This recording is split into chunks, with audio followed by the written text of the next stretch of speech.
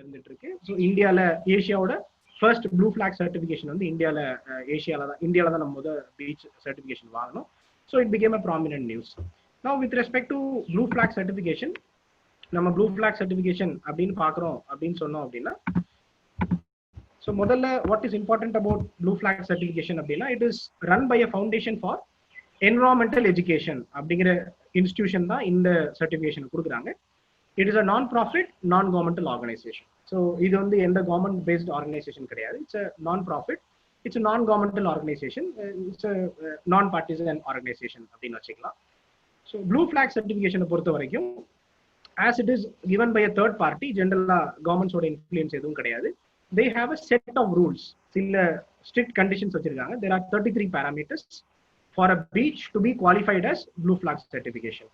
So under 33 parameters, some parameters are like compulsory parameter இருந்தே ஆகணும். Some parameters are called as voluntary parameters. So blue flag beach is an eco-tourism model and marks out beaches as providing tourists and beach goers clean and hygienic bathing water. So this is a very basic requirement. எந்த ஒரு பீச்சா இருந்தாலும் ஒரு tourism பொட்டன்ஷியலுக்காகவோ இல்லை ego tourism model அப்படின்னு பார்க்குறோம்னா, the basic requirement is it should be clean and hygiene. Facilities or amenities, என்னென்ன ஃபெசிலிட்டிஸ்லாம் ஒரு beach இன்ஃப்ராஸ்ட்ரக்சர்ல தேவையோ அது எல்லாம் இருக்கக்கூடிய ஒரு beach. a safe and healthy environment and a sustainable development of the area. இந்த பீச்சுக்காக பண்ற டெவலப்மெண்ட் பெருசா என்வரான்மெண்ட் அஃபெக்ட் பண்ணாத மாதிரி ஒரு சஸ்டைனபிள் டெவலப்மெண்ட் மாடலா இருக்கணும் அப்படிங்கிற ஐடியாவுக்கு பேர் தான் we call it as blue flag certification. Now இந்த blue flag certification பொறுத்த வரைக்கும் it is first started in Europe. யூரோப்ல தான் இனிஷியலா ஸ்டார்ட் ஆச்சு இந்த ஐடியா. இப்போ கூட வேர்ல்ட்லேயே அதிக number of beaches blue flag certified beaches இருக்கிறது வந்து ஸ்பெயின் தான். ஸோ அதுக்கப்புறம் ஆஃப்டர் 2000s நிறைய கண்ட்ரிஸ் வந்து விருப்பப்படுறாங்க. முதல்ல சவுத் ஆப்பிரிக்கா இஸ் ஃபர்ஸ்ட் நான் European country to get the blue flag certification. அதுக்கப்புறம் வேர்ல்டு ஓவரா இப்போ 46 கண்ட்ரீஸ்ல 4664 beaches, marinas and boat operators. இந்த மூணு பேரும் they can get the blue flag certification.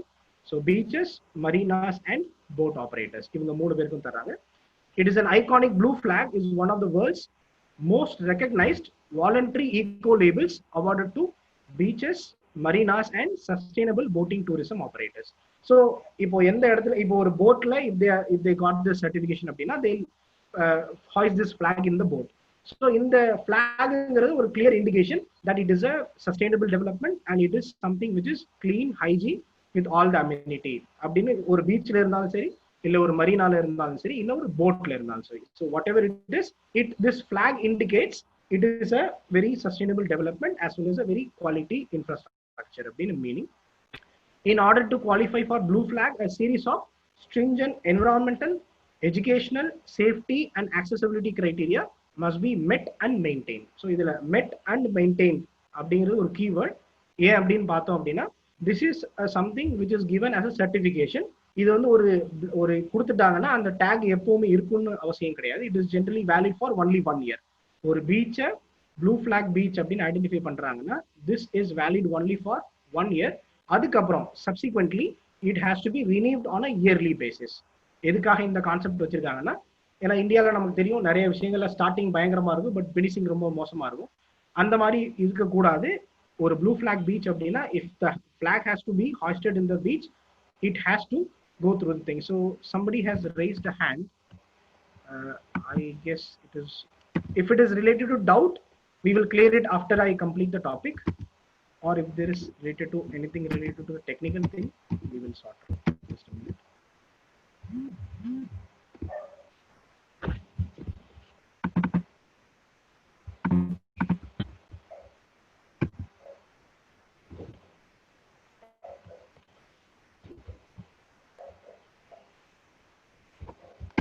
நிறைய பேர் ஹேண்ட் ரைஸ் பண்ணியிருக்கீங்க.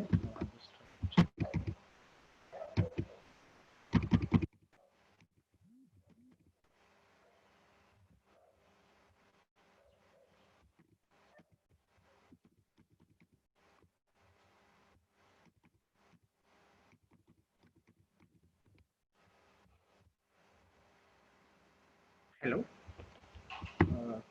Can somebody type in chat box? Is there any issue?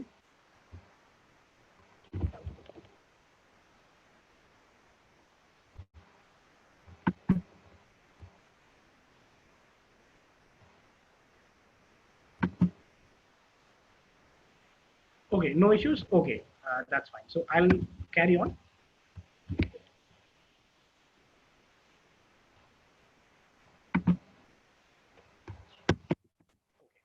Now everybody said it's all good, so I'll go to the presentation again.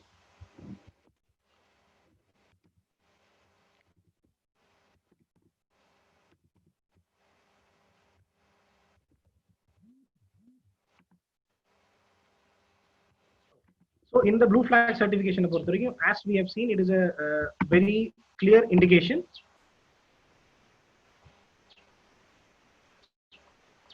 Okay, so everything seems to be perfect. So we'll go.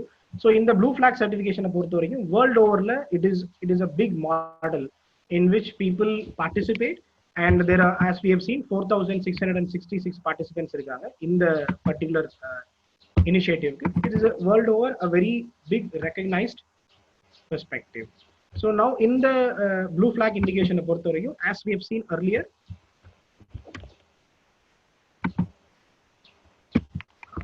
so as we have seen earlier, some criteria are optional and some criteria are compulsory. And validation of authority, it is valid for 1 year, and after 1 year, it has to be renewed every year. So over வருஷத்துக்கு அப்புறம் renew பண்ணணும். Why it became prominently on news அப்படின்னு சொல்லி பார்க்குறப்போ, so இந்தியாவை பொறுத்த வரைக்கும் ரெண்டு விஷயத்தினால blue flag certification becomes very important. Number one is because of tourism potential. So Indiaல நிறைய tourism potential இருக்கு. And generally, Asia is considered to be a cheap destination for tourism compared to other European countries and American countries. Asia is a very cheaper place to go for tourism. So, அப்போ நிறைய கண்ட்ரிஸோட aim என்னன்னா tourism அப்படிங்கிறப்போ நம்ம beach பொட்டன்ஷியலை பெருசா use பண்ணலாம் அப்படின்னு நினைக்கிறோம். And ஏஷியாவோட பெரிய அட்வான்டேஜ் பீச்சஸை பொறுத்த வரைக்கும் என்னன்னா, irrespective of the season, like 365 days, our beaches are accessible and the beaches we can enjoy it as a beach. So அதனால ஏஷியால டூரிசம் பொட்டன்ஷியல் இப்போ நம்ம ரீசெண்டா பார்த்தோம்னா Bali is a classic example, Thailand Phuket is a classic example. So அப்போ இந்தியாவும் அந்த மாதிரி வரணும் அப்படிங்கிறப்போ one of the main thing that we found out is most of our beaches are not up to the mark. Now, in place of hygiene, in terms of infrastructure. So, we thought blue flag identification is a very important perspective. நம்ம இந்த identification இந்த certification apply பண்றோம், அதுக்கு equip பண்றோம் அப்படின்னு சொன்னா it will become much better for the tourism potential. இது ஒரு பக்கம். இன்னொரு பக்கம் it involves improvement in quality of life style for people who are in coastal area. Coastal ஏரியால இந்தியாஸ்ல டூரிசம் பொட்டன்ஷியல் அதிகமான அதனால வர அலைட் பெனிஃபிட்ஸ் எல்லாமே லோக்கல் லைவ்லிஹுட் போகும். So we want to do it. அப்போ இந்தியால ஃபர்ஸ்டா we got it for Chandrabhaga beach in Konark coast of Odisha. So it is near the city of Puri, Konark Beach. It's called as Chandrabhaga Beach. அதுதான் ஏஷியால first blue flag certification வாங்கின beach, award இன் June 2019. So இந்த blue flag சர்டிஃபிகேஷனை இந்த ப்ரோக்ராமை இந்தியாவில் யார் எடுத்துட்டு போறாங்க, யார் அப்ளிகேஷன் பண்றாங்க, யார் இதை எக்யூப் பண்றாங்கன்னா, ministry of environment, forest and climate change has conceived an integrated coastal management scheme called as Beach Environment and Aesthetic Management System, BEAMS அப்படின் பேரு, to reduce the existing pollutants on beach and aspire to achieve high international standards in India. So இது நமக்கு twin objective. ஒன்னு high international standards of Indiaவை achieve பண்ணணும் இந்தியாவில் இந்த பீச்சஸ்க்கு. ரெண்டாவது existing pollutants on beaches குறைக்கணும். So it's a twin objective that we are planning to go for it. So there are 12 beaches. Apart from this, there are 12 beaches that we are planning. So மொத்தம் 13 beachக்கு Ministry of Environment, Forest and Climate Change is aspiring for it. So இந்த டெவலப்மெண்ட்டை யார் பார்த்துக்கிறாங்க அப்படின்னா, society for integrated coastal management, SICOM அப்படின்னு இந்த இனிஷியேட்டிவ்க்கு பேர். It's ministry of environment, forest and climate சேஞ்சோட இனிஷியேட்டிவ். அதுல இந்தியாவில் 13 பீச்சஸ்க்கு பிளான் பண்றோம். ஒரு beach we already got it, Chandrabhaga. The rest 12 we are in the process of getting it. So by the time நீங்க ப்ரிலிம்ஸ் போறதுக்கு முன்னாடி ஒரு தடவை செக் பண்ணிக்கோங்க எவ்வளோ பீச்சஸ்க்கு வந்திருக்கு. Because prelims is going to be in October only. Exam போற முன்னாடி ஒரு தடவை செக் பண்ணிக்கோங்க எவ்வளோ பீச்சஸ்க்கு இது வந்திருக்கு அப்படின்னு சொல்லிட்டு. So this is the idea about blue flag certification.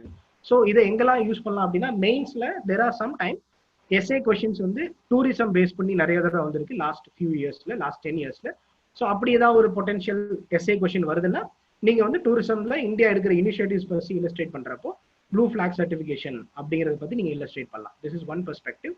இல்ல எக்கனாமிக்ஸ்ல இந்தியா கோஸ்டல் எக்கானமி இம்ப்ரூவ் பண்றதுக்கு என்ன மாதிரி எஃபர்ட்லாம் எடுக்கிறாங்க, இப்ப சாகர் மாலா, பாரத் மாலா அந்த மாதிரி என்ன எஃபர்ட் எடுக்கிறாங்கன்னு கேட்கிறப்போ ஸோ டூரிசம் ஏரியாஸ்ல நம்ம கோஸ்டல் ஏரியாஸ்ல டூரிசம் பொட்டன்ஷியலுக்கு ப்ளூ ஃபிளாக் சர்டிஃபிகேஷனுக்கு நம்ம நிறைய அப்டெயின் பண்றோம் அப்படிங்கிற பெர்ஸ்பெக்டிவ்ல யூஸ் பண்ணிக்கலாம். ஸோ யூபிஎஸ்சியை பொறுத்த வரைக்கும் prelims, mains, interview, current affairs அப்படின்னு டிஃப்ரெண்ட் எதுவும் கிடையாது. So you read something from a holistic perspective. So this is the topic about blue flag certification. So as you can see, this is the blue flag that is hoisted in a beach. This indicates it's a clean, hygienic and a sustainable development model. And இது இன்னொரு விஷயத்தினால இந்தியால கொஞ்சம் பாப்புலரா இருந்தது blue flag certification. என்ன அப்படின்னா, இந்த blue flag சர்டிஃபிகேஷனுக்கு சில பேசிக் இன்ஃப்ராஸ்ட்ரக்சர்ஸை பீச்சில் பில்ட் பண்ணணும். For example rest rooms, swimming pools, இந்த மாதிரி நிறைய விஷயங்களை பில்ட் பண்ண வேண்டி இருக்கலாம். ஸோ அதுக்காக இந்தியாவோட கோஸ்டல் ரெகுலேஷன் ரூல்ஸ், சிஆர்ஜெட் அப்படின்னு சொல்லுவோம், கோஸ்டல் ரெகுலேட்டட் ஜோன்ஸ் அப்படின்னு, அந்த ரூல்ஸை கொஞ்சம் தளர்த்தினாங்க இந்த பீச்சஸ்க்காக. அந்த ஏரியால coastal regulation zone is very restricted regulation. அந்த ரெகுலேஷனை கொஞ்சம் ரிலாக்ஸ் பண்ணாங்க இந்த பீச்சஸ்க்காக. அதனாலே this was in prominently in news. So this is the concept of blue flag certification. Now if you want to ask questions, you can ask in the if you want to ask questions, you can ask in the chat group.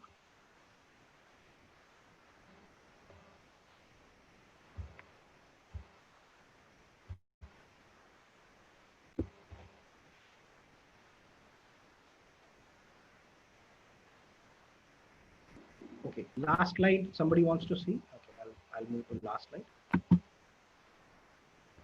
This is the last slide.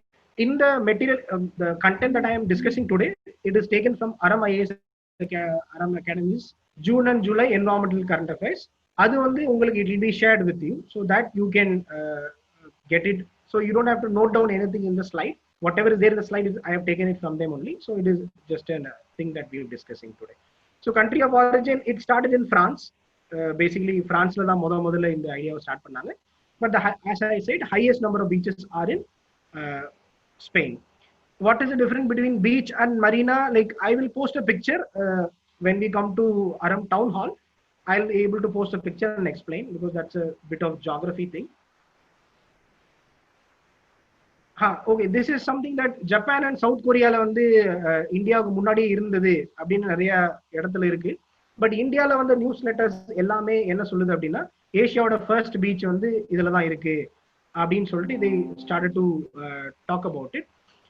என்ன அப்படின்னு சொன்னா, இப்போ south east ஏஷியால India first பீச்சா, இல்ல south ஏஷியால India first பீச்சா, இல்ல ஏஷியால இந்தியா ஃபர்ஸ்ட் பீச்சா அப்படின்னு சொல்லிட்டு நிறைய கான்ட்ரவர்சிஸ் இருக்கு. That I will be able to explain.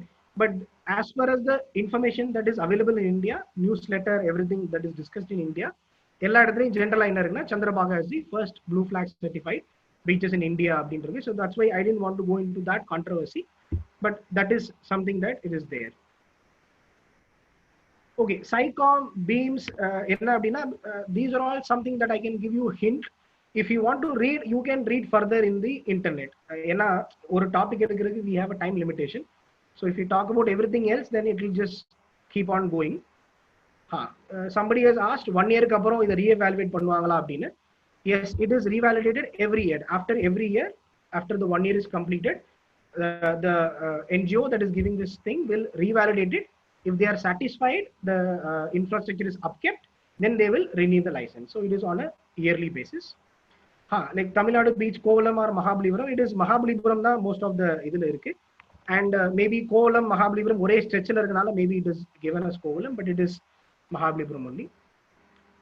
Somebody has asked, will infrastructure development not disturb local people nearby அப்படின்னா, it's a give and take thing. We have to develop infrastructure in the coastal area. But as you see, நம்ம இந்த ப்ரோக்ராமை blue flag start பண்ணதோட ஐடியாவே என்னன்னா, twin objective.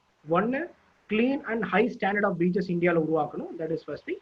And second thing is, apart from this, இதை தாண்டி மற்றபடி என்னென்ன பார்க்கலாம் அப்படின்னு சொல்லி பார்த்தோம் அப்படின்னா, it should be an environmentally sustainable development. So the idea of the scheme itself is environmental sustainable development. அதனால பெரிய லெவல்ல லோக்கல் பீப்புள் அஃபெக்ட் பண்ணாது அப்படின்னு இதை நம்ம சொல்றோம். மிச்சலின் ஸ்டார் ரேட்டிங் அப்படிங்கிறது it's more of a commercial rating. அது வந்து இப்போ நிறைய வெஸ்டர்ன் கண்ட்ரீஸ்ல மிச்சலின் ஸ்டார் ரேட்டிங் அப்படின்னு கொடுக்குறாங்க. But that is not more related to environmental based certification, but this is more of environmental based certification. அதுதான் Michelin ரேட்டிங்க்கும் இதுக்கும் உள்ள ஜெனரல் வித்தியாசம்.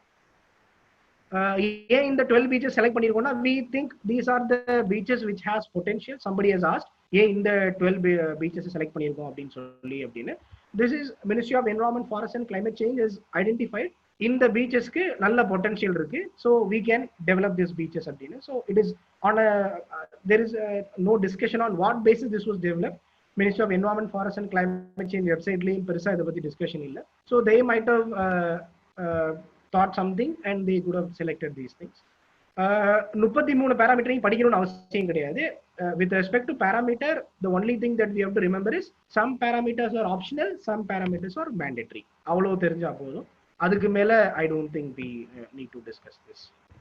Okay, so if you still have some doubts we will discuss in Aram town hall and for the time being we will move on to the next topic. Next topic that we are going to discuss today is methanol economy.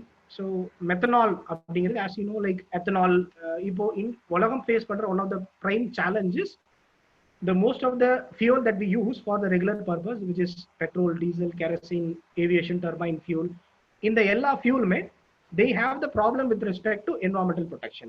Now இப்போ world levelல pollution அதிகமாகிறதுக்கு முக்கியமான காரணம் carbon monoxide எமிஷனுக்கு carbon dioxide எமிஷனுக்கு ozone டிப்ளீஷனுக்கு இப்படி எல்லாத்துக்குமே transportation is one of the main reason and எதனால transportation வருதுன்னா because of the kind of fuel that we use in our regular engines internal combustible engine ICE engines நம்ம use பண்றதுனால so அப்போ one of the main idea with respect to upgrading world over better on technology போறதுக்கு என்ன அப்படின்னு பார்த்தோம்னா we are looking for alternative fuels. As you know alternative fuels ல ரெண்டு வகை இருக்கு ஒன்னு பெட்ரோலுக்கு alternative கண்டுபிடிக்கிறது like petrol and diesel is like ethanol blending methanol blending biofuels இந்த மாதிரி ஒரு கான்செப்ட் இன்னொரு பக்கம் பெட்ரோல் டீசல் அப்படிங்கிற கான்செப்டை விட்டுட்டு எலக்ட்ரிக் வெஹிக்கிள்ஸ் எலக்ட்ரிக் மொபிலிட்டி இல்ல hydrogen fuel cell based mobility அப்படின்னு போறோம் ஸோ மெத்தனால் அப்போ இதுல முக்கியமான சேலஞ்ச் என்ன அப்படின்னா இன் ஃபியூச்சர் நம்ம என்னெல்லாம் புதுசா வெஹிக்கிள் தயாரிக்கிறோமோ that we can slowly move to electric vehicle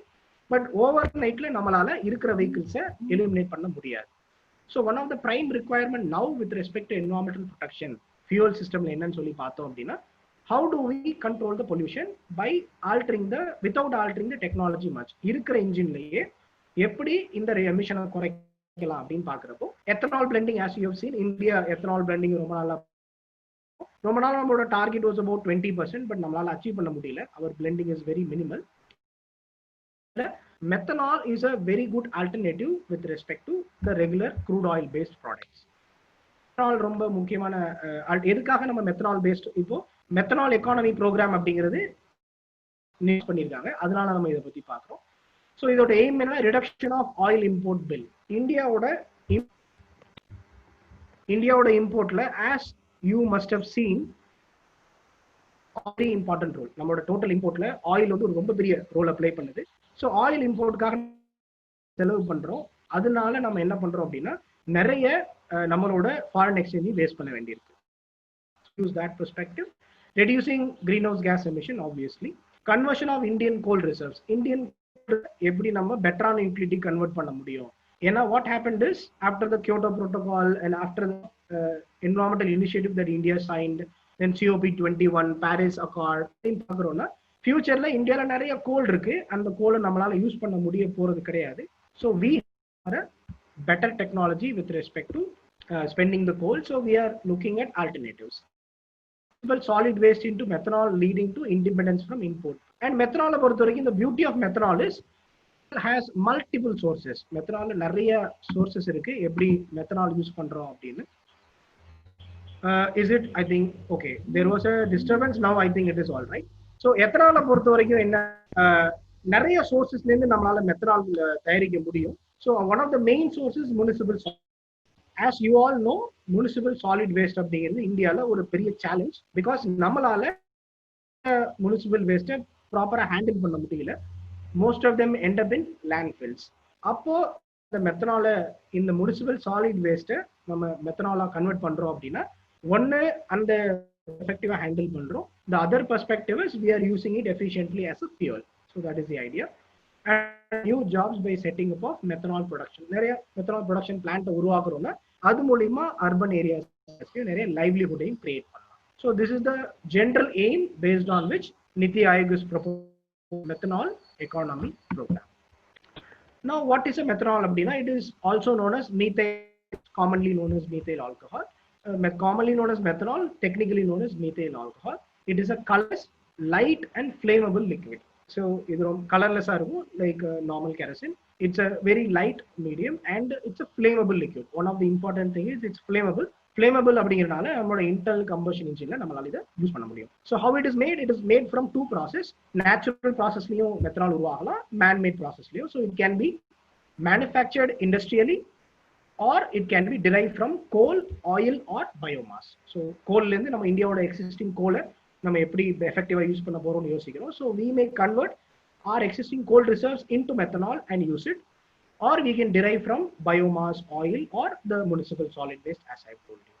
Now what are its uses? எதுக்கெல்லாம் methanol basically யூஸ் பண்றாங்கன்னா, it is used as an anti-freezing agent, it is used as a solvent and it can also be used as a fuel. And with respect to key benefits, எதெல்லாம் வந்து ethanol key benefits? Some people are telling voice is breaking, so I'll try to speak a bit loud and a bit slow, low voice. Okay. And okay, key benefits அப்படின்னு பார்த்தோம்னா, cheaper to produce compared to other fuel. So மற்ற fuelக்கு இப்போ இந்தியால நிறைய operations இருக்கு. India is about 80% dependent on imported fuel and about 20% we do it in house.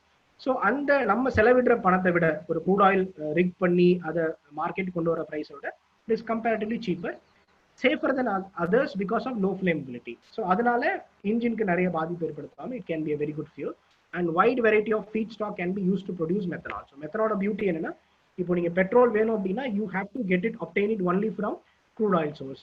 இல்ல biodiesel, there are lot of plenty of sources, but biodiesel அப்படிங்கறோட main problem என்ன, இப்போ jatropha இந்தியால நம்ம நிறைய ட்ரை பண்ணோம், பட் பயோடீசல் மாதிரி இப்போ அதுக்குன்னு தனியா பிளான்டேஷன் பண்றோம் பயோடீசலுக்கு அப்படின்னா அதோட சேலஞ்சஸ் என்ன வருதுன்னா, it can challenge food security because அது ஒரு கேஷ் கிராப். ஸோ நிறைய ஃபார்மர்ஸ் அதுக்கு நிறைய பணம் கிடைக்குதுன்னு அதுக்கு மைக்ரேட் ஆக வாய்ப்பு இருக்கு. So this is a fuel which can be obtain from many source. நம்மளோட as we have discussed it can be derive from many source. So இப்போதைக்கு யாரெல்லாம் மெத்தனால் அதிகமாக யூஸ் பண்றாங்கன்னா, methanol demand expected to grow strongly with its use as a fuel. இப்போ ரீசெண்டாக தான் மெத்தனால வந்து last ஒரு 15 இயர்ஸாக தான் மெத்தனால் பத்தி ரிசர்ச் நிறைய இருக்கு, மெத்தனால் பத்தி அடாப்ஷன் நிறைய இருக்கு. China, Brazil, Mexico and US are significant players. These are the countries who are already adopting to methanol based products with respect to alternate of the internal combustible engine fuels.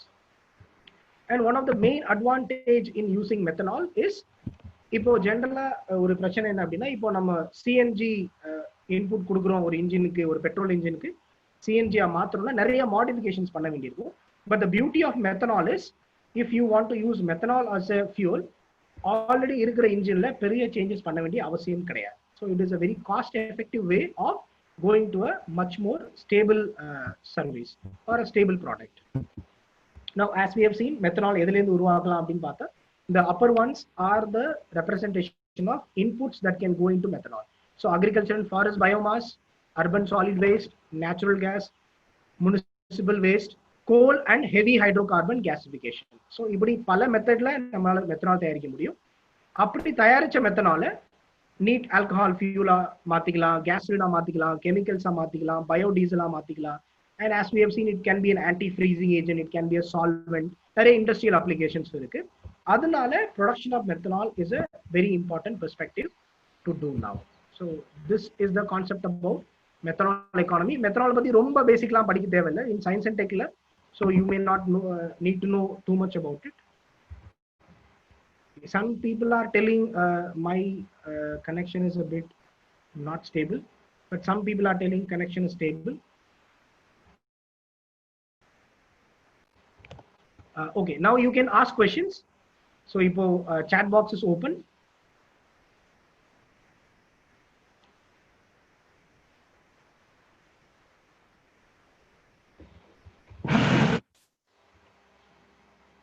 Challenges அப்படின்னு பார்த்தோம் அப்படின்னா, okay, one person has asked what are the challenges.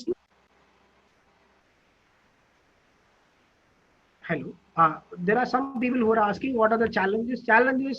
ரொம்ப பெரிய challenges எதுவும் கிடையாது. இந்தியாவை பொறுத்த வரைக்கும் the technology of using methanol is still not very in at advanced stage. So நம்ம கொஞ்சம் நிறைய research and development பண்ண வேண்டியிருக்கும். But the other okay, somebody has asked for previous slide. but other countries have already gone much ahead in this respect. So அதனால நமக்கு பெட்டரா இருக்கும். Okay, it may affect ozone layer. Yes, every fuel has some kind of residue, so that will definitely affect it. But methanol is much better when compared to the other products like petrol, diesel அப்படி நம்ம use பண்ற conventional fuel விட it is much better. Okay, somebody is asking ethanol mixing, Jeevan Yojana. Yes, ethanol mixing is also there, but most of the researchers are pointing out ethanol mariye methanol also has a big potential அப்படினு. So ethanol has a very limited way of producing, but methanol க்கு இன்னும் நிறைய அதிகமான ways இருக்கு. So we want to solve both the problems. One, urban solid waste. Number two is the fuel dependency. இந்த ரெண்டு ப்ராப்ளமையும் solve பண்றதுக்காக we are trying to do it. Demerits அப்படின்னு பார்த்தோம்னா அதே தான், நம்ம கிட்ட இன்னும் பெருசா டெக்னாலஜி கிடையாது. So that is the issue. It is not a completely clean gas. Some sources have said methanol use பண்ணா இது ஒரு magically clean gas அப்படின்னு சொல்லி, அப்படின்னு ஒன்றும் பெருசா நம்ம சொல்ல முடியாது, because it is much higher and it is 80% less polluting than a diesel engine. So that is the main advantage with respect to methanol. Is it economically efficient to produce methanol? Somebody has asked. It is economically efficient when you attain the scale. இப்போ ஆரம்பத்துல ரொம்ப கம்மியா பண்ணுவோம், so it may be a costly thing to manufacture, but once full capacity attain பண்றோம் அப்படின்னு சொன்னா, then it will become a very efficient way of manufacturing methanol, and it can be an alternative to the regular fossil fuel that we are using. What is the blending ratio? The research is still going on, but இப்போ நிறைய பேர் என்ன prescribe பண்றாங்கன்னா 15% is an optimal ratio. நம்ம இதை பண்ணலாம், இதை வந்து நம்ம நார்மல் பெட்ரோல் ஆர் டீசல் கூட 15% ரேஷியோ இது பண்ணலாம் அப்படிங்கிறாங்க, without any modification to the existing engine. But researches நிறைய நடந்துட்டே இருக்கும். Slowly we will step up the blending. somebody has asked what is anti freezing அப்படின்னு சொல்லி. ஆன்டி ஃப்ரீசிங் என்ன அப்படின்னா, இப்போ சில கோல்டு கிளைமேட்ல இருக்கக்கூடிய கண்ட்ரீஸ்ல from with respect to petrol and diesel and other solvents, they add something called as anti-freezing agent. இப்போ ஒரு liquid இருக்கு, அந்த லிக்விட் வந்து ஒரு 0 டிகிரில ஃப்ரீஸ் ஆயிரும் அப்படின்னா, இப்போ அந்த ஊரோட ஆம்பியன்ட் டெம்பரேச்சர் -10 டிகிரி இருக்கு அப்படின்னா, அதை லிக்விட் ஸ்டேட்டஸ்லேயே மெயின்டைன் பண்றதுக்கு people use something called as anti-freezing agent. அதை மிக்ஸ் பண்ணோம் அப்படின்னா அதோட freezing point will go low. Instead of 0 degree, it will freeze at -10, -20, -30 அப்படின்னு சொல்லிட்டு. So that is related to that. 15% is what is prescribed now without any modification, but future la poga poga this percentage will go on increasing. Methanol production can be done at an MSME level. Somebody has asked methanol production MSME level la panna mudiyuma appadina. Definitely it will be possible, but the better the scale, evlo periya production pandromo avlo dooram better. So MSME will come into play, but there is nothing that can be told about it right now. Okay, I think most of the questions I have answered. So if there is any questions, please note down. நம்ம வந்து அது around town hall we will discuss after the session is over. So with your permission, I am moving on to the next topic. Okay, next topic we are going to talk about is forest landscape restoration. So FLR abdina we call it as is a famous concept. There is something called as Bond Challenge. So nama FLR paakradhu munadi we'll just go see Bond Challenge first. So Bond Challenge abdina world level we have started an initiative. So Bond Challenge oda basic idea enna abdin solli paathom abdina, deforestation is a very major problem in the world right now. So deforestation eppadi thadukkiradhu, that is one area. Other area is there are some forest areas which are degraded. So degraded அப்படின்னு நம்ம என்ன மீன் பண்றோம் அப்படின்னா, ஒரு காலத்துல ரொம்ப பிரிஸ்டினான ஃபாரஸ்டா இருந்திருக்கும், but over a period of time because of pollution, because of floods, because of drought, இந்த மாதிரி நிறைய சுச்சுவேஷனால the quality of the forest would have degraded over a period of time. So அந்த degradation எப்படி தடுக்கிறது அப்படிங்கிற ஐடியாக்காக தான் we came with an idea called as Bond Challenge அப்படின்னு சொல்லிட்டு. So Bond Challenge was initially launched in 2011ல government of Germany and IUCN இவங்க ரெண்டு பேரும் சேர்ந்து இந்த இனிஷியேட்டிவ் ஸ்டார்ட் பண்ணாங்க. This Bonn challenge started by. So அப்போ என்ன பண்றாங்க, 2011ல ஸ்டார்ட் பண்றப்போ they said we will fix a target for 2020. 2020ல நம்ம இவ்வளோ அச்சீவ் பண்ணலாம் அப்படின்னு ஒரு டார்கெட்டை ஃபிக்ஸ் பண்ணலாம் அப்படின்னு சொல்லி we started the idea in 2011. It is started by Germany and IUCN. So 2011ல when we started this initiative, we thought 150 million hectares. ஒரு ஹெக்டேருங்கிறது இப்போ இந்தியன் அளவுல 2.4 ஏக்கர்னு வச்சுக்கோங்க. 150 மில்லியன் ஹெக்டேர் வேர்ல்டு லெவல்ல நம்ம என்ன பண்ணோம்னா டீகிரேடட் அண்ட் டீஃபாரஸ்டட் லேண்டை மறுபடியும் பிரிஸ்டீன் ஃபாரஸ்டா மாத்தணும் அப்படிங்கிற டார்கெட்ல ஸ்டார்ட் பண்ண ஒரு இனிஷியேட்டிவ். 2020க்கு இந்த டார்கெட் வச்சிருந்தோம். as when we near to 2020, அப்போ லேட்டர் 2011ல ஸ்டார்ட் பண்றாங்க with a target for 2020, and it was later endorsed and extended to 2030 by the New York Declaration of Forest of the 2014 UN Climate Summit. So இது 2011ல ஒரு private இனிஷியேட்டிவா government of ஜெர்மனியும் IUCN start பண்றாங்க. Considering the potential of the development 2014 UN சப்மிட்ல it's called as New York declaration of forest என்ன பண்றாங்க, இதை இந்த initiative endorse பண்றாங்க. Bond challenge endorse பண்ணி என்ன சொல்றாங்கன்னா, இதை நம்ம 2020யோட முடிச்சுக்க வேண்டாம், let us go up to 2030 அப்படின்னு முடிவு பண்றாங்க. So our target for 2020 was 150 million. When we went up to 2030 வரைக்கும் இதை எக்ஸ்டெண்ட் பண்ணலாம்னு முடிவு பண்றப்போ the target was raised to 350 million by 2030.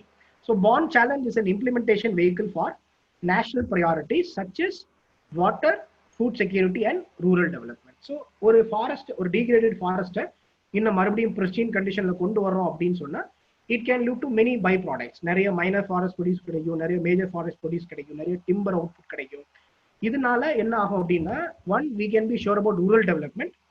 Rural development நடக்கிறப்ப food security, as these forests can be a food growing forest, can be honey, can be starch, can be wax, இந்த மாதிரி நிறைய minor forest produce கிடைக்கும். So அதனால we can get food security also, it will ensure rural development also. At the same time, அதே same டைம்ல it can also lead to a better idea with respect to water conservation. So as we know, world ஓவர்ல நம்ம பார்க்குறோம் அப்படின்னு சொன்னா நமக்கு என்ன தெரியுது அப்படின்னா, இப்போ பாண்ட் சேலஞ்சை பொறுத்த வரைக்கும் if we protect the forest, then it ensures that water availability or the water retention capacity of the land increases. So that is another issue that we can solve with the idea of reforestation and regenerating the forest landscape to its pristine form. So அதனால this bond challenge is an implementation vehicle. இது வந்து national priority. இவங்க target மட்டும் the countries has to go and commit the target. இப்போ 150 million hectare சொல்லப்போ எல்லா கண்ட்ரியும் சொல்லுவாங்க நாங்க இவ்வளவு பண்றோம், நாங்க இவ்வளவு பண்றோம். It is very similar to COP21. So this targets is a voluntary contribution by the parties. So these countries will go back and they will frame the policy. நம்ம கண்ட்ரியில ஃபாரஸ்ட் இம்ப்ளிமெண்டேஷனுக்கு என்ன பண்ணணும்னு அந்த கண்ட்ரிஸ் முடிவு பண்ணிப்பாங்க. It is only a global umbrella platform for sharing the best idea and ensuring that everybody is going towards with respect to achieving the target. This idea is what we call bond challenge அப்படின்னு சொல்றோம். In the bond challenge, one of the main objective of bond challenge is called as forest landscape restoration. So in the flagship project பேரு forest landscape restoration அப்படின்னு சொல்றோம். உலகத்துல நிறைய countries இந்த forest landscape restoration பண்றாங்க. Africa was a prime target early on. அதுக்கப்புறம் நிறைய countries இதை பத்தி பண்றாங்க. So India எதுக்காக இப்போ நம்ம current affairsல படிக்கிறோம் அப்படின்னா, India launched a flagship project to build capacity on forest landscape restoration and bond challenge in partnership with IUCN. முன்னாடியே பார்த்தோம், bond challengeல IUCN was a originating agency. bond challenge originate ஆனது IUCN ஒரு பெரிய ரோலை ப்ளே பண்ணாங்க.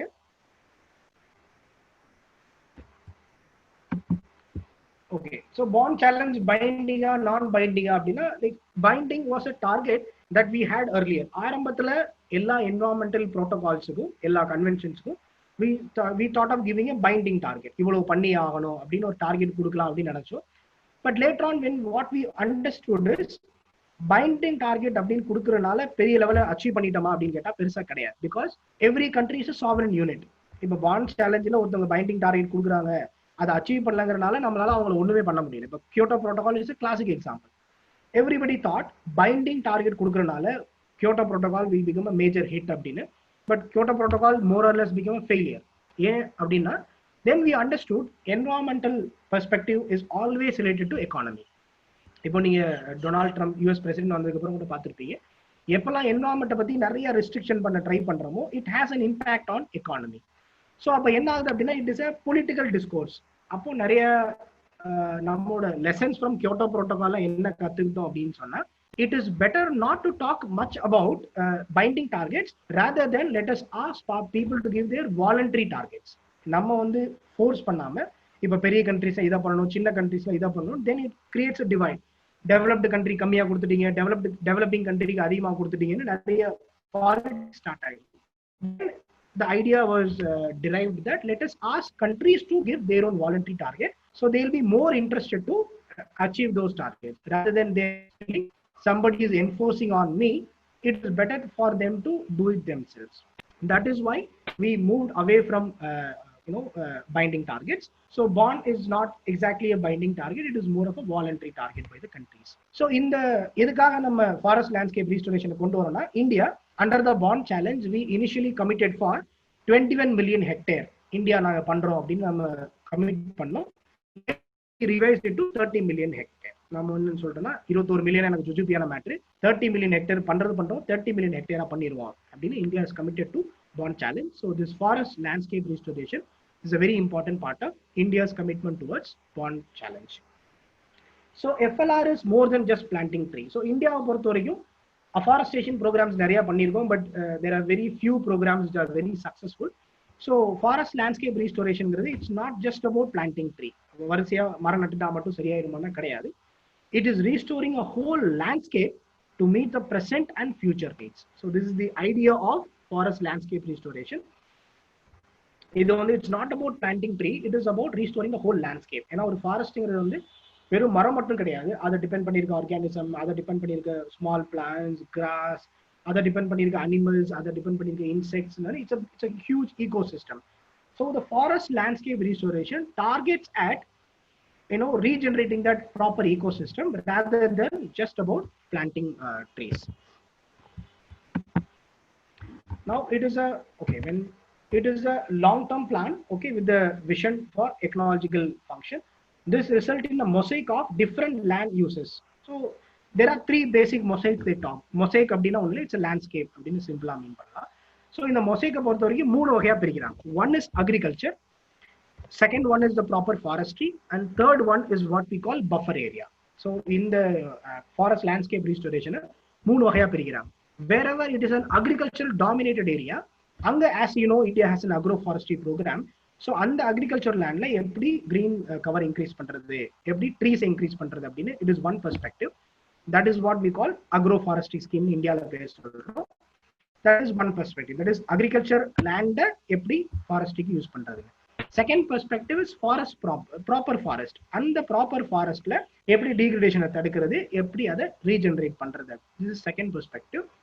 And the third model is what we call ecological corridor, improved ecological corridor னு சொல்றோம். It is also called as the buffer areas. இப்போ ஒரு பிரிஸ்டினான ஒரு லேண்ட்ஸ்கேப் இருக்கு, அதுக்கப்புறம் you may have human settlement. இது ரெண்டுக்கும் நடுவுல we create a buffer area. As we know, இப்போ national parksல we have a buffer area, core area அப்படின்னு. It's the same concept. So there is a core forest that will be covered under forest scheme. எதெல்லாம் human habitations இருக்கோ we cover it under agriculture scheme.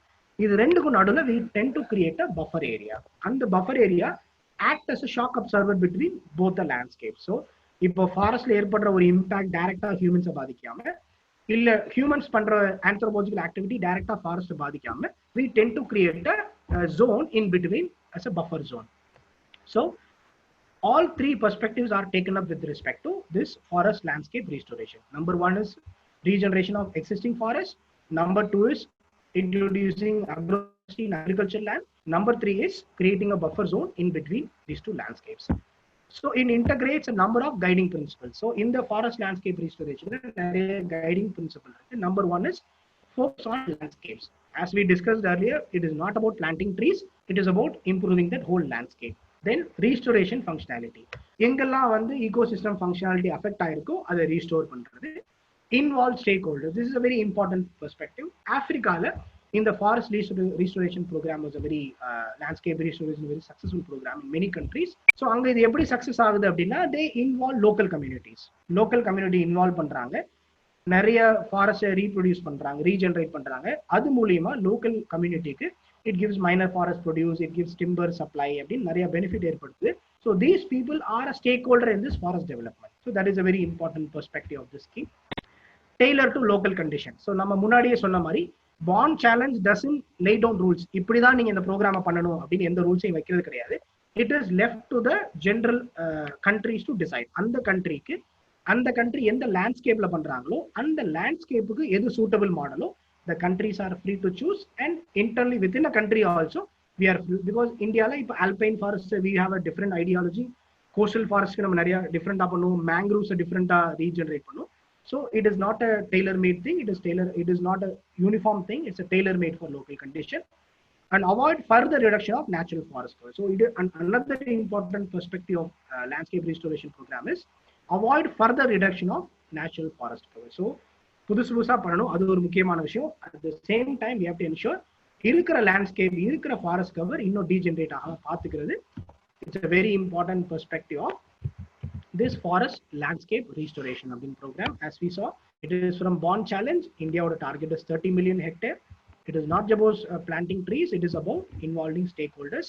So Bond Challenge இப்போ ஜென்ரலா UPSC பொறுத்த வரைக்கும் they tend to ask questions directly on the initiative. Forest landscape restoration பத்தி டைரக்டா கேட்கலாம், இல்ல அதோட பேக்ரவுண்ட் ஆன பாண்ட் சேலஞ்ச் பத்தியும் கேட்கலாம். So it is important to know both the perspectives to have a overarching perspective of it.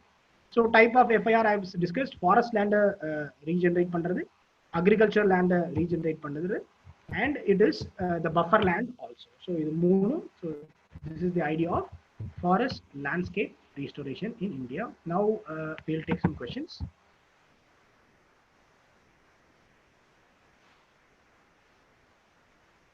இல்ல இப்போ என்னன்னா forest landscape restoration is a scheme that somebody has asked. Green credit ஸ்கீமுக்கு இது எகெயின்ஸ்டான இதா அப்படின்னு இல்ல. இப்போ என்னன்னா ஃபாரஸ்ட் லேண்ட்ஸ்கேப்பை ப்ரொடெக்ட் பண்றதுக்காக so green credit scheme has a different perspective all together. ஸோ அது என்ன அப்படின்னா எல்லாராலையும் எல்லா இடத்துலையும் கிரீன் நார்ம்ஸ் என்ஷூர் பண்ண முடியாது. அப்போ என்னால் என்ஷூர் பண்ண முடியலன்னா I will pay for somebody who is ensuring it somewhere. இப்போ இந்தியாவை பொறுத்த வரைக்கும் இப்போ நமக்கு ஃபாரஸ்ட் கவரை பொறுத்த வரைக்கும் இம்ப்ரூவ் பண்ணணும்னா அது எங்க வேணாலும் இம்ப்ரூவ் பண்ணலாம். It need not be in any particular location. So what is the kind of importance with respect to green credit? Now it's a different perspective. This is about regenerating the landscapes. Types of forest, one more, like I will share that detail. The detail is there in that thing. There are three things. One is forest, and the forest regenerate பண்றதுக்கு என்ன இனிஷியேட்டிவ்ல எடுக்கிறோமோ that is called as forest mosaic restoration. Second is agriculture பண்ணிட்டு இருக்க லேண்ட்ஸ்கேப்ல எப்படி forest increase பண்றது அப்படிங்கிறத we generally call it as agroforestry அப்படின்னு நம்ம சொல்றோம் இந்தியால. And at the same time the third one is a buffer area development. அதுக்கு மேல ரொம்ப டீப்பா தெரியணும்னு அவசியம் கிடையாது. That's why I skip that slide. Okay, somebody has asked what is tailored to local condition அப்படின்னா என்ன அப்படின்னா this initiative can be different based on the requirement. இப்போ தமிழ்நாட்டுல நிறைய கோஸ்டல் ரீஜன்ல கேசூரினா ட்ரீ பிளான் பண்றது, இல்ல அதே மாதிரி வந்து மேங்க்ரூவ்ஸை இம்ப்ரூவ் பண்றது அப்படி நிறைய பிளான் பண்ணிருக்காங்க. Some are successful, some are failure அப்படின்னு இருக்கு. ஸோ இந்த ஃபாரஸ்ட் ரீஸ்டோரேஷன் லேண்ட்ஸ்கேப் ரீஸ்டோரேஷனை பொறுத்த வரைக்கும் இந்தியா லெவல்ல இப்படிதான் பண்ணணும்னு கவர்மெண்ட் எதுவுமே சொல்ல போறது கிடையாது. It is decided at a local level. இந்த லேண்ட்ஸ்கேப்பை எப்படி இம்ப்ரூவ் பண்ணலாம், என்ன மாதிரி அப்ஜெக்டிவ் எடுத்துட்டா இது இம்ப்ரூவ் பண்ணலாம்னு it is decided at local level. So it is not decided at the national level. So that is one of the important perspective. Somebody has asked what is the relation between forest restoration and UNCCD. Just give me a minute.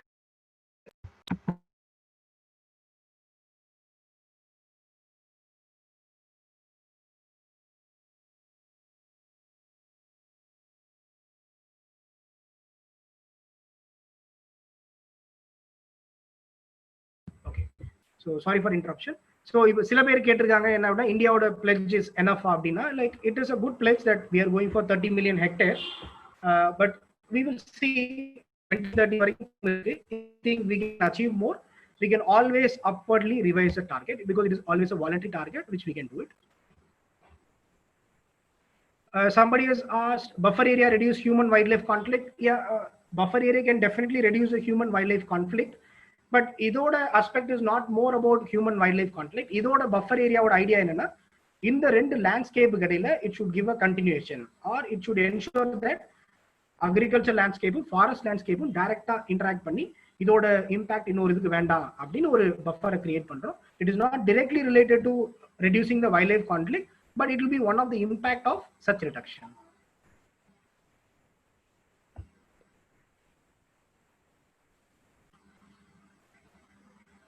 No, okay, somebody has asked, முதல்ல நம்ம 13 million hectare pledge பண்ணியிருந்தோம், அதுக்கப்புறம் we went for another 8 more. So as far as the bond challenge website பொறுத்தவரைக்கும் இன்ன வரைக்குமே it is showing us 21 million hectare அப்படின்னா அதோட வெப்சைட்ல இருக்கு. But in a very few months back, India has committed that we will go for 30 million hectare instead of 21 million hectare. So as things stands today, Indian government has pledged for 30 million hectare. But in the bond challenge website, even I checked last night, it is still showing us 21 million hectare. But this was something that we did later on. Okay, somebody has asked what is the difference between degradation and deforestation.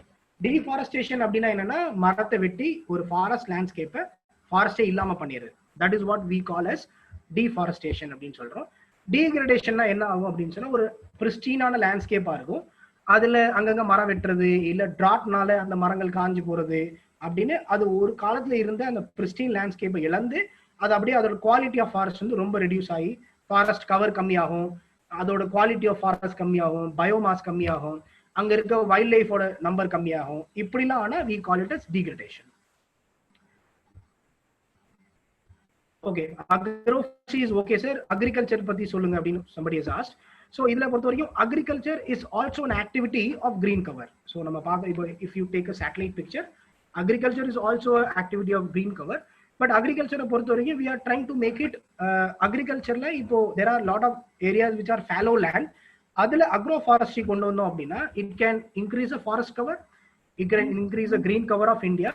At the same time நம்மளால என்ன பண்ண முடியும் அப்படின்னா agriculture sustain பண்ண முடியும். So agroforestry is not about planting forest trees throughout the landscape. It can be in the borders, it can be the equal interference. So நம்ம intercropping அப்படின்னு இங்கிலீஷ்ல சொல்லுவோம், ஊடு பயிர் அப்படின்னு தமிழ்ல பேரு. ஸோ நம்ம ஒரு பெரிய ஒரு தேக்கு தோட்டத்துக்கு நடுவுல பிளான்டிங் பண்ணலாம், இல்ல பாக்கு தோட்டத்துக்கு நடுவுல பிளான்டிங் பண்ணலாம். So there can be lot of such prospects. So agriculture landல we can try to increase the forest cover. That is what we call agriculture component or agriculture mosaic of this scheme. Degradation can be caused by burning coal. No, it is not directly related to atmosphere. The degradation is more of a physical change. நம்ம கண்ணுக்கு பார்த்து ஒரு நல்ல பயங்கரமான காடா இருந்துச்சு, நான் சின்ன வயசுல இருக்கலாம் பாக்குறப்ப இப்போ வந்து அப்படியே ஒண்ணும் இல்லாம போயிடுச்சு அப்படின்னு நம்ம சொல்றது பேர் தான் we called as generally as degradation. So if there is any more question, we will discuss in town hall. Okay, now we will go to the next topic. Okay, next topic is kelp forest.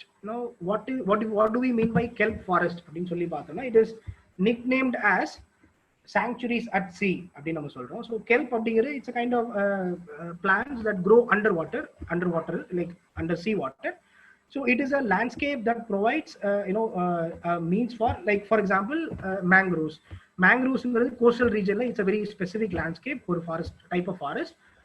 Mangroves are one of the main importance என்ன அப்படின்னா it provides a base for lot of organism to live in. இப்போ Royal Bengal tiger and Sundarban அதை base பண்ணி இருக்க இப்போ அங்க இருக்க tigers, அங்க இருக்க crocodile அப்படி நிறைய ஒரு பெரிய பாப்புலேஷன், மெயின்லி பேர்ட்ஸ், இப்படி ஒரு பெரிய population will be based on the mangrove. So kelp forest is something which is like that. It is an underwater forest. It is nicknamed as sanctuaries at sea அப்படின்னு நம்ம சொல்றோம். So kelp forest பொறுத்த வரைக்கும் the importance is it is an underwater arctic kelp. ஏன் இப்போ நம்ம இதை நம்ம படிக்கிறோம் kelp forest பத்தி படிக்கிறோம்னா underwater arctic kelp forests are expanding due to climate change induced global warming. So global warming nala, as we know, temperatures are increasing all over the world and especially in the polar region la temperature அதிகமாகுது. So temperature அதிகமாகிறதுனால நிறைய glacier melt ஆகுது. Glacier melt ஆகிறதுனால increase to water level rise as well as more sunny weather with respect to polar. அவ்வளோ ஒரு சில generations back it is not that sunny, but arctic circle தாண்டி it is becoming more and more sunny. So அப்போ என்ன ஆகுது அப்படின்னா the kelp forest is something which is dependent on sunlight. அப்போ arctic regionல this kelp forests keep on increasing. It's a positive thing because in a way it is positive because it can increase the organisms in that area. In a way it is negative because it is an indicator of global warming. So adanale it becomes a very important prospect now to read. Kelp forests are underwater ecosystems formed in shallow water by a dense growth of several different species known as kelps. Kelps ingiradhu it's a common name, like mangroves la nariya species irukku, we commonly call as mangroves. Like that kelp ingiradhu or common name, it is comprising of several different species, nariya different species irukku, and it should be a dense growth. இதுல முக்கியமான விஷயம்னா they will grow only in shallow, ரொம்ப deep waterல grow ஆகாது. As I told you, it is dependent on sunlight for its survival. So sunlight penetration எவ்வளவு தூரம் இருக்கோ அவ்வளவு தூரம் மட்டும் தான் இருக்க முடியும், ரொம்ப deep waterல இருக்காது. This idea is what we call kelp forest. So they are underwater, they are dense growth, they can only grow in shallow water, and there are many different varieties of species which are commonly known as kelps. Though they look very much like plants, kelps are actually extremely large brown algae. பார்க்கிறதுக்கு இலை தண்டெல்லாம் இருக்கும். So we might think இது வந்து ஒரு plant அப்படி நினைக்கிறோம், but they are not exactly plants. Technically they are overgrown brown algae. Brown algae ஓட extra exponential growth க்கு பேர் தான் we call it as kelp forest. Now, what is the importance of kelp forest? They create habitat and modify the physical environment by shading light and softening waves. So, இது வந்து நம்ம பார்த்தோம் ரொம்ப shallow waterல தான் இருக்கும். அப்ப shallow waterல இருக்கனால it softens the waves that hits the coast. Coast hit பண்ணக்கூடிய waves கொஞ்சம் soften பண்ணிடுது. So that is one aspect of it. And it is providing shading light. இப்போ sunlight வந்து in a shallow water it can be very harsh. So it can provide a shade for certain organism to thrive in that atmosphere. And அது இல்லாம இப்போ இந்த ஏரியால several organism rather than a very plain surface, lot of fish and organism will thrive where there is a kelp growth. Kelp forests also help protect coastlines by decreasing the power of waves during the storms and reducing the coastal erosion. So as we know, இப்போ storms surge வர்றப்போ இப்போ இது வந்து it acts as a barrier. இப்போ இது வந்து shallow waterல இருக்கும், that is just before the coastal area. So whatever is a surge, it acts as a barrier. So இப்போ நார்மலா இந்த ஒரு kelp forest இல்லைன்னா ஒரு 4 மீட்டர் 5 மீட்டர் வரக்கூடிய tidal waves வந்து kelp இருக்கனால மேபி 2 மீட்டரோ 3 மீட்டரோ குறையலாம். So it reduces the the height of the caves and it reduces the coastal erosion also. So இப்போ as we see world overல இப்போ Gulf of Mannar regionல கூட நம்ம நிறைய பார்க்கிறோம், நிறைய islands are disappearing because of increasing water level. Rise in sea water nala coastal erosion is a very prominent problem that world over we are facing. The importance of kelp forest is it can also reduce the coastal erosion and it can decrease the power of waves during the storms.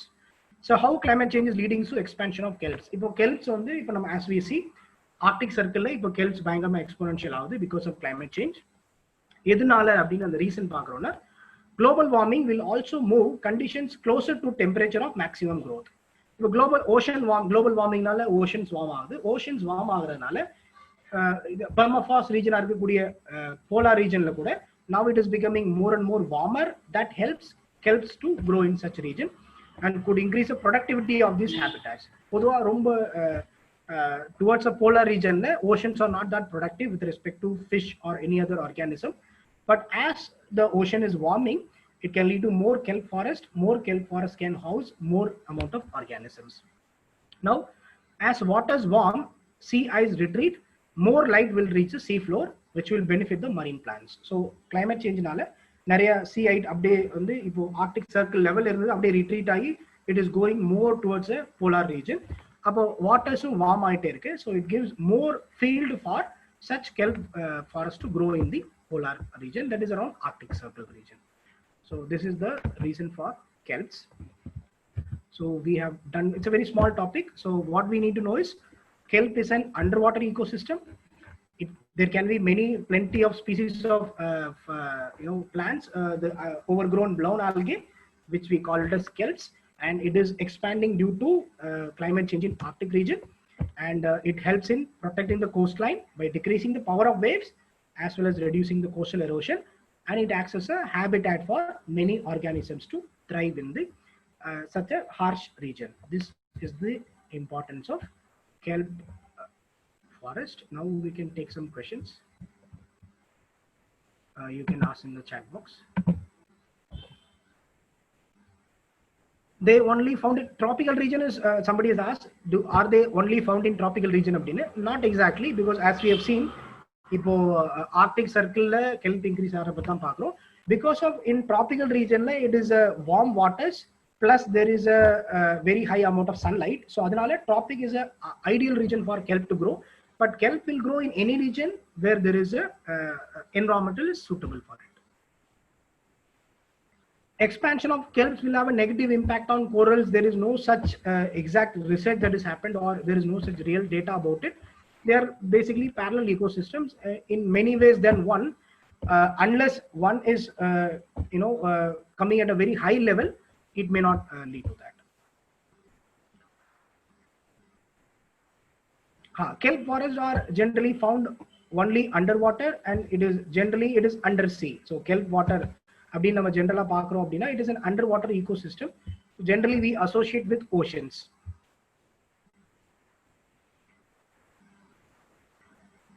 What is the role of kelp forest in India? India like there is not much news about the kelp forest. Generally tropical region kelp forest play a major role in with respect to providing a habitat for the organism. In the level தான் நமக்கு research இருக்கு.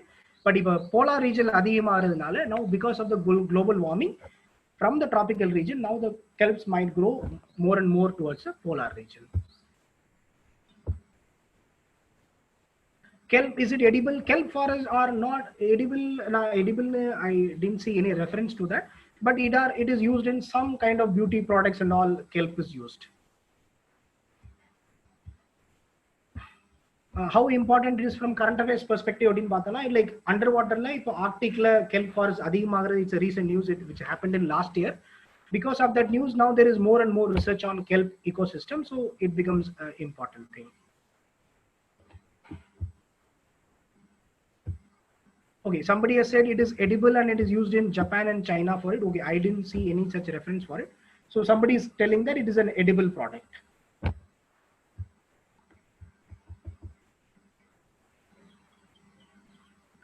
Okay, like mangroves, it's the same thing. Somebody has asked, like mangroves, kelp also protect the coastal ecosystem. Yes, mangroves are also protecting the ecosystem. Kelp is also, but kelp is completely underwater ecosystem. Mangrove is a tidal ecosystem. It is not completely submerged throughout the year or throughout the day. Will it affect other organism? May or may not, but in the perspective of the current affairs, it is growing in the polar region. So on the existingly பெரிய level ecosystem கிடையாது. So it may be a possible one. Keystone species, I don't know exactly to say whether it's a keystone because it provides a habitat, but habitat provide பண்ற எல்லாமே keystone species அப்படி நம்ம ரொம்ப ஸ்பெசிஃபிக்கா explain பண்ண முடியாது. I'll check and tell whether it's a keystone species or not. Okay, now we have limited time, so we'll go to the last topic for the day. Okay. Whatever the remaining question we will ask in town hall, we can discuss in town hall. Okay. The last topic for the day is dead zones. So dead zone is nicknamed as hypoxia in sea. அப்படினு ஜெனரலா பேர் சொல்றாங்க. Hypoxia என்ன அப்படினா like it is lack of oxygen is a condition we call it as hypoxia. So hypoxia or a sea landscape, if something, it can be any landscape, but generally is associated with sea. It can be in lakes also. So or area if there is lack of oxygen, that leads to lack of organisms surviving or thriving in that water body or region of that water body. We call it as dead zone அப்படின்னு சொல்றாங்க. So dead zone அப்படினா என்னன்னா ஒரு area, அந்த ஏரியால oxygen ரொம்ப கம்மியா இருக்கு. It's called as hypoxic. It can be in oceans or it can be in lakes also. On the region because of lack of oxygen, organisms fail to survive. So fishes ஆகட்டும், underwater plants ஆகட்டும், they just become that area basically becomes empty. So that is why we call dead zones, because there is no living organism that thrives in there can be exceptions, but generally there is no living organism which thrives in that region. That is why we call them as dead zones, because there is no living organism. So we call this nicknamed as dead zone. They are caused by excessive nutrient pollution. So you might know eutrophication by now. Eutrophication அப்படினா என்னன்னா ஒரு water பாடியில excessive nutrient deposit நடக்கிறப்போ என்ன ஆகும் அப்படின்னு சொன்னா, there are some organism which consumes all the oxygen available in the water, that that ensures that the other organisms do not get enough oxygen to survive. So they tend to leave the area or they tend to die because of hypoxic condition. That is what we call eutrophication. So they are caused by eutrophication by human activity, coupled with other factors that deplete the oxygen required to support most marine life in bottom and near bottom water. So it is generally at the upper level, oxygen saturation is there because of the interaction with the atmospheric oxygen. So this is a region that we mostly know, dead zone of Portugal. It is basically bottom region or near bottom region. We generally call it as dead zones, and it is a human activity because of eutrophication, or it can be a reason for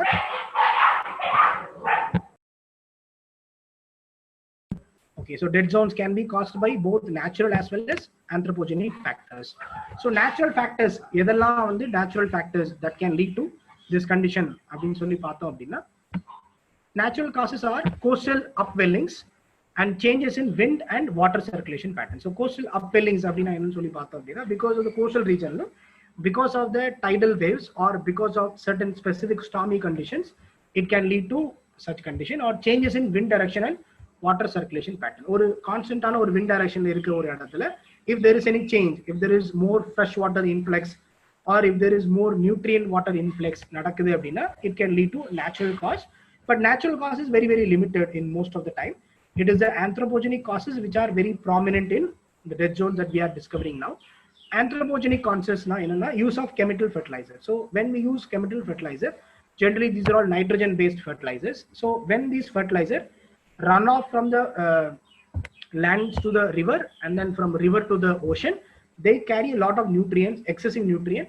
In the nutrient knowledge, it leads to eutrophication in that. Either it can be in a lake or it can be in a sea, it can be in an ocean where the river water joins the ocean. Runoff from sewage, as we know already. And urban land use, because of urban land use, நம்ம நிறைய excessive nitrogenous substance dump பண்ணலாம். That can also lead to the issue of eutrophication in the coastal areas. So these are all general anthropogenic causes. Major group of algae responsible, as we have seen, because of dead zone எதனால உருவாகுதுன்னா, there is a nutrient dump நால ஒரு specific set of organism will thrive and they will take all the oxygen available in that ecosystem that will thrive, that will deprive of oxygen for the other organism to survive. So algae are meant to be the main objective of because நம்ம ஊர்ல நிறைய குளத்துல இதெல்லாம் பார்த்திருப்போம், பாசி படர்றதுன்னு சொல்லுவோம் பச்சை கலர்ல. So that is a classic example of eutrophication. When you dump too many nutrients, these specific algae thrive in that water, they take all the oxygen, so matta fishes and plants cannot survive easily in that water. So அப்படி பார்க்கறப்போ what are the major set of algae responsible னா பார்த்தோம்னா, cyanobacteria, green algae, dinoflagellates, coccolithophores and diatom algae. So இதெல்லாம் most of the major algae group which are responsible for dead zones in the lakes and oceans, which is caused because of eutrophication. As we have seen, eutrophication can be because of natural cause and anthropogenic causes. Natural causes are very long term in nature. Natural causes வந்து overnight ல நடக்கிற ஒரு விஷயம் கிடையாது. It is a very long term in process. So natural causes are almost negligible with respect to the findings that we make now. இப்ப நம்ம புதுசா கண்டுபிடிச்சிட்டு இருக்க dead zonesக்கும் இப்ப நம்ம கண்டுபிடிச்சிருக்க expansion of dead zoneக்கும் the major causes anthropogenic causes. That is mainly with respect to eutrophication and the excessive nutrient that is present in that water surface. Okay, now இப்போ எதனால இப்போ this currently in news அப்படின context பார்த்தோம் அப்படின்னா, dead zone in Gulf of Mexico is accelerated by nutrient laden water spilling from the mouth of Mississippi River in the which is the second largest in the world. So Mississippi River is a very major river of South America and the Central American region. So in the American Mississippi River plays a major role in the landscape. So on the Mississippi River சுத்தி நிறைய agriculture activity நடக்குது. So there is a lot of nutrient that is used in the farms that finds its way to the river, and that Mississippi River, when it enters the ocean, it dumps a lot of nutrients in that area. அப்ப என்ன ஆகுதுன்னா, இப்ப now we found out Gulf of Mexico the area in which Mississippi River drains into Gulf of Mexico, we could see a huge area where there is a dead zone that is forming, and it is accelerated by the anthropogenic activity by the humans. It blooms every summer when warming waters accelerate the metabolism of microorganisms. So in the microorganism பொறுத்த வரைக்கும் they thrive in the warm waters. So அப்ப summer region one side because of the nutrient influx, another side it's warmer water. So these micronutrient like algae thrive more in that water, and they deprive oxygen for every other organism which is present in that region. So we call it as dead zone. So the Gulf of Mexico we found this nutrient laden water of the Mississippi River is a major cause of dead zone in the Gulf of Mexico. The primary culprits in eutrophication appears to be excess nitrogen and phosphorus. So nitrogen, NPK nama solluvom, nitrogen, phosphorus and potassium. So these are the three prominent nutrients that we use for the farms. So adula nitrogen and phosphorus are known to aggravate the condition of eutrophication, which can in turn lead to dead zones in the lakes and oceans. So this is the idea of dead zones. So it's a first day, so I don't know how fast to go. So I went a bit slow. I think I was fine. Ipo, you can ask the question with respect to dead zones in the chat box.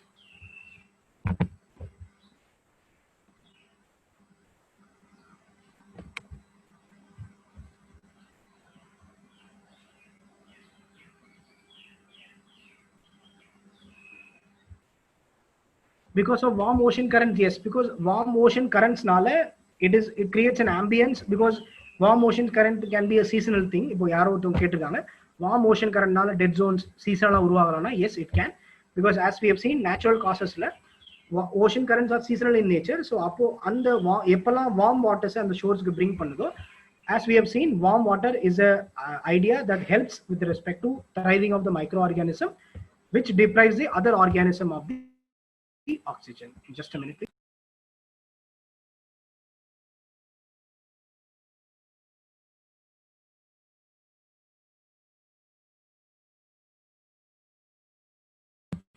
Okay, so ocean current can very well explain. Okay, somebody has asked, explain ocean current and eutrophication. So because of warm ocean currents, the warm water will be brought into the colder region. அப்ப என்ன ஆகுதுன்னா, the water become warmer.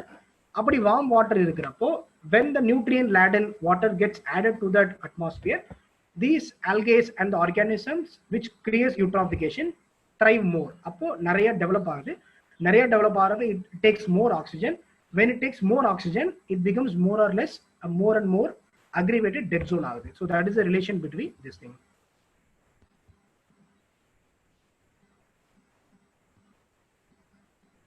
Excess nutrient enrichment in ocean or lakes in eutrophication, it can be ocean, it can be lakes also. Eutrophication can happen in basically any water body which is confined.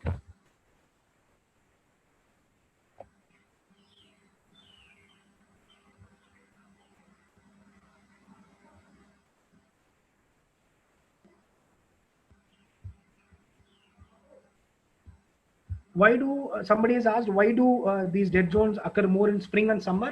As I've told you, warmer waters are more susceptible for the growth of these organisms. So if warmer water it's mostly in spring and summer, and it can be highly localized factor also, because there are two factors here. One is the warmer water for the organism to survive, the other one is the nutrient influx. If the nutrient influx in a particular season in an area is more, then that can lead to more prominent dead zone in that area. So that's why in summer and spring it is generally higher. Are there any dead zones in India? Dead zones are there all over the world, but the size is varying. So some dead zones are very highly localized, some dead zones are very high, but dead zones about the research, last 10 years, it is a very prominent research. So it is like that. So we will read more and more about dead zones because of the global warming, because of more and more warmer water available in higher latitudes. We will read about it more and more, so it will become a very prominent thing. Somebody has asked, if we take out the oxygen and phosphorus from the eutrophication pond, will it be back to normal? Yes, it will be back to normal, but it will take its own time. If you cut off the supply of nutrients into a eutrophicated water, there are some treatment method, and the treatment method, we can bring it back from a eutrophicated water to a normal water, but it will take its own sweet time. But because of anthropogenic intervention, we can accelerate that process of recovery. How long do dead zones last? If a dead zone is formed because of natural causes, then it forms, it is there for a very long time. If it's an anthropogenic region, if we can try that, if we can try to stop the nutrient influx, it can be a seasonal thing also. Generally, moving waters farm it's a tougher thing, because generally that's why we see in the rivers it is not so prominent, because under or confined landscape or a huge landscape undisturbed anga over and over again nutrient influx panna warmer waters are mara these organisms thrive. So generally running water we don't find this concept of eutrophication much. Somebody said due to presence of phosphorus it may be inflammable, though this is a very saturated, very low amount of phosphorus, so there is not such thing of inflammability here.